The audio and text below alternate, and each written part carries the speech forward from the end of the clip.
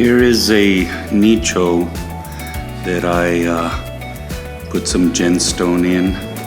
I know it's primarily for outside, but I kind of like the look of it inside.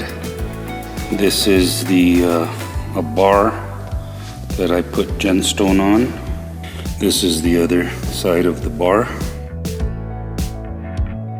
This is a pony wall that I put GenStone on behind the kitchen sink.